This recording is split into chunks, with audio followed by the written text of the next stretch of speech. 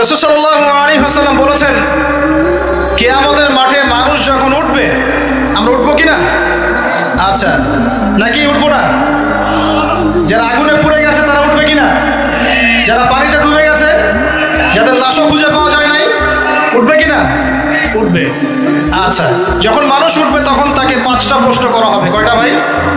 এই 5টা প্রশ্নের আগে সে তার পা সামনেও ফেলতে পারবে না, পিছনেও ফেলতে পারবে না। আমরা কি একটু চিন্তা করতে পারছি কত ভয়ঙ্কর হবে বিষয়টা?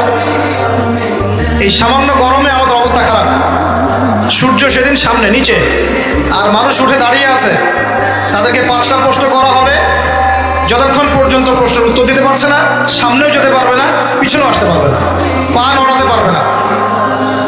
1, তোমার পুরো জীবনটা তুমি কোন কাজে ব্যয় করেছো? উত্তর কি রেডি আছে আমাদের কাছে? আমরা কি বলতে পারবো, হ্যাঁ আল্লাহ, আমরা আমাদের পুরো জীবন তোমার ইবাদত করে কাটিয়েছি? 2, তোমার যৌবন স্পেশালি তুমি কোন কাজে ব্যয় করেছো? তোমার যৌবন তুমি স্পেশালি কোন কাজে ব্যয় করেছো? যুবকরা কি উত্তর দেওয়ার জন্য প্রস্তুত আছে যে আমাদের যৌবন আমরা আল্লাহর পথে কাটিয়েছি? সবাই কি বলতে পারবো? 3 নাম্বার, তোমার রিজিকের উৎস কি ছিল? কোন পথে সম্পদ অর্জন করেছো? 4 নাম্বার, কোন পথে সম্পদ ব্যয় করেছো? কোন কোন খাতে সম্পদ ব্যয় করেছো? আমরা কি আমাদের আয় এবং ব্যয়ের হিসাব দেওয়ার জন্য প্রস্তুত? 5, তোমাকে আমি যে জ্ঞান দিয়েছিলাম সেই জ্ঞান অনুযায়ী আমল করেছো কিনা? আল্লাহ পাক আমাকে আপনাদের সবাইকে তৌফিক দান করুন, জানা অনুযায়ী আমল করার তৌফিক দান করুন। এই 5টা প্রশ্নের মধ্যে যৌবনকাল ইম্পর্টেন্ট কিনা ভাই? গুরুত্বপূর্ণ কিনা? মাথায় রাখি। সামনে একটা হাদিস শুনুন। রাসূল সাল্লাল্লাহু আলাইহি ওয়াসাল্লাম বলছেন, এই কিয়ামতের মাঠেই 7 শ্রেণীর মানুষকে আল্লাহ পাক বিশেষ মেহমানদারির ব্যবস্থা করবেন, আরশের ছায়ায় ছায়া দিবেন ইনশাআল্লাহ। কোথায় ছায়া দিবেন? ওই দিন এই ছায়া ছাড়া অন্য কোনো ছায়া থাকবে না। নবী সাল্লাল্লাহু আলাইহি ওয়াসাল্লাম বলছেন, তার মধ্যে প্রথম শ্রেণী হচ্ছে ইমামুল আদিল, ন্যায়পরায়ণ শাসক। ন্যায়পরায়ণ, আচ্ছা, ন্যায়পরায়ণ শাসকের একটা এক্সাম্পল দেই।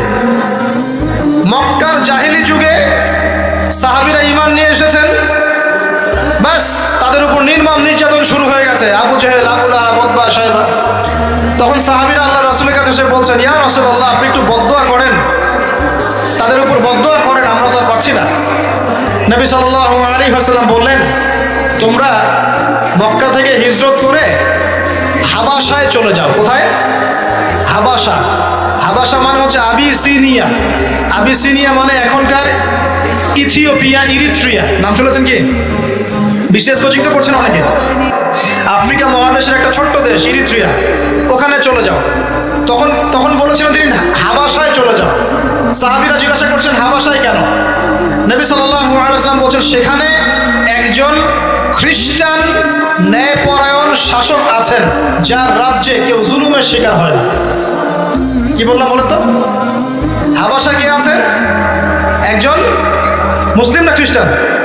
খ্রিস্টান ন্যায়পরায়ণ শাসক আছেন, যার রাজ্যে কেউ জুলুমের শিকার, মুসলমান নন এমন একজন শাসকের প্রশংসা করে আমাদের নবীজি বললেন, তার রাজ্যে কেউ জুলুমের শিকার হয়। সুবহানাল্লাহ। সাহাবীরা সেখানে হিজরত করলেন। নেতৃত্ব দিয়েছেন জাফর বিন আবি তালিব রাদিয়াল্লাহু আনহু। সে সাহাবী বাদশা নাজাশী, তার নাম ছিল বাদশা নাজাশী, তার সামনে দাঁড়িয়ে সূরা মারিয়াম তেলাওয়াত করেছিলেন। ওই সূরা মারিয়ামে ইয়াহইয়া, জাকারিয়া, ঈসা, তার মা, এই গল্প ঘটনাগুলো আছে। এই সূরার তেলাওয়াত শুনে বাদশা নাজাশীর চোখ দিয়ে পানি পড়তে পড়তে দাড়ি ভিজে গিয়েছে। সুবহানাল্লাহ। সে সেখানে ঈমান নিয়ে আসেন, মুসলমান হন, আলহামদুলিল্লাহ। আমাদের নবীজি তার জানাজার নামাজ পড়েছিলেন।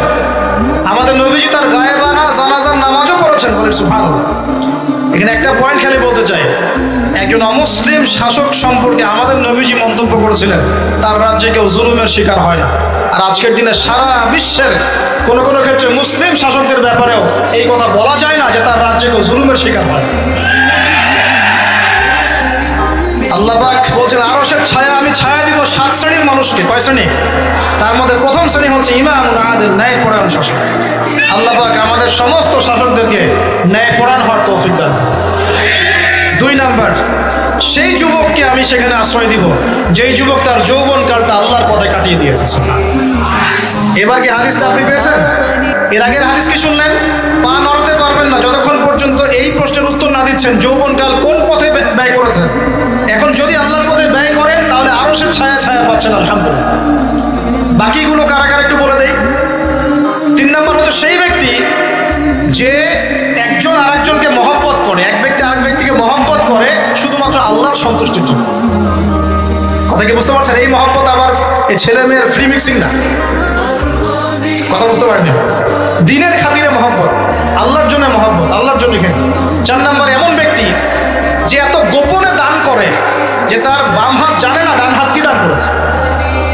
আমরা তো এখন 1 টাকা দান করলে 100 টাকা ফুটাই। ফেসবুক আছে, মারাত্মক একটা জিনিস ফেসবুক, মানে এটা মানুষকে আর মানুষ রাখে না। যে ব্যক্তি ফেসবুকে আসক্ত তার সাথে কথাবার্তা বলা, লেনদেন, চলাফেরা খুব ডিফিকাল্ট। মানে কি বোঝে নাকি কথাটা? কেন ডিফিকাল্ট? কারণ সে এত বেশি আসক্ত এখানে যে পান থেকে চুন খসলে সে আপনাকে পাবলিকলি ধুয়ে রেখে দিবে। কিছু হইলে আপনাকে ফেসবুকে টেনে নিয়ে আসবে, ফেসবুকে সবাইকে বলবে উনি আমার সাথে এই কাজ করছে। আপনি বলারও টাইম পাবেন না যে আপনি নির্দোষ। তো খুব মুশকিল না এগুলা। আল্লাহ মাফ করুক আমাদেরকে। এমন ভাবে দান করে যে বাম হাত জানে না ডান হাত কি দান করছে। 5 নম্বর এমন ব্যক্তি যে এইটা যুবক, এটাও যুবক, যাকে কোনো সুন্দরী নারী আহ্বান করছে জিনার জন্য, সুন্দরী উচ্চ বংশের নারী, যে আসো আমার সাথে জেনা করো। ওই ইউসুফ আলাইহিস সালামের মতো, মনে আছে? ইউসুফ আলাইহিস সালামের ঘটনা মনে আছে? আচ্ছা, কিন্তু সেই যুবক বলে, সেই ব্যক্তি বলে ইন্নী আখাফুল্লাহ, আমি আল্লাহকে ভয় করি, আমি তোমার সাথে খারাপ কাজ করতে পারবো। এরকম ছেলে এবং এরকম মেয়ে এখন সমাজে খুঁজে পাওয়া যায়? হাতে গোনা, হাতে গোনা। আপনি অনলাইন ঘাটাঘাটি করেন, গুগল করেন, ক্রস চেক করেন, দেখবেন বাংলাদেশের 25 বছরের কম বয়সী ছেলে আর মেয়েদের জেনার হার কত আপনি বের করে দেখেন। 25 বছরের কম যে যুব সমাজ আমাদের সামনে আছে তাদের মধ্যে কত % যুবক এখন পর্যন্ত ফিজিক্যাল সম্পর্ক করেনি কারোর সাথে, আপনি খুঁজে বের করতে পারবেন। শুধু ছেলেদের ক্ষেত্রে এটা নয়, মেয়েদের ক্ষেত্রেও আছে। এই যে অনার্স লাইফ পার করার আগেই বহু মেয়ে সতীত্ব নষ্ট করে ফেলছে, বহু ছেলে সতীত্ব নষ্ট করে ফেলছে। কথাগুলো কি রাগ করছেন? আমি আপনাদের ভাই এবং আমি আপনাদেরকে মহব্বত করি। আমরা জেনার পথে যাব না, আমরা হালাল সম্পর্কে থাকবো ইনশাআল্লাহ। যখন আপনি জেনায় চলে যাবেন আপনার কলব থেকে আল্লাহ নূর নষ্ট হয়ে যাবে। এটা এমন একটা পাপ যেটা করার পর মানুষ আল্লাহর সামনে মাথা তুলে দাঁড়াতে পারে না, লজ্জায় চোখ নেমে যায়, ইবাদতে স্বাদ পায় না। যখন হারাম সম্পর্কে, ফ্রি মিক্সিং, এগুলোতে মানুষ থাকে, ইবাদতে মানুষ স্বাদ পায় না। দিনের পর দিন ইবাদত করে, মনোযোগ আসে না, মন লাগে না, চোখ দিয়ে একটু পানি বের হয় না, আল্লাহর জন্য কাঁদতে পারে না, কারণ মনের মধ্যে তো নূর নাই। আর যখন একটা মেয়ে বেপরদায় থাকে, অনেক ইবাদত করলেও তার এই বেপরদায় থাকার কারণে সমাজের বহু মানুষের চোখের জেনা হয়ে যায়। এতে করে ওই সব মানুষের পাপের ফল এই মেয়েটাকে ভোগ করতে হয়। এবং মানুষের চোখের বদনজর লাগে, ওই মেয়ে অসুস্থ হয়ে পড়ে মানসিকভাবে, শারীরিকভাবে। আমি আমাদের যুবক ভাই এবং যুবক বোনদেরকে রিকোয়েস্ট করব, আল্লাহর ওয়াস্তে চরিত্রটাকে পবিত্র রাখার চেষ্টা করুন। আল্লাহ পাক তৌফিক দান করবেন।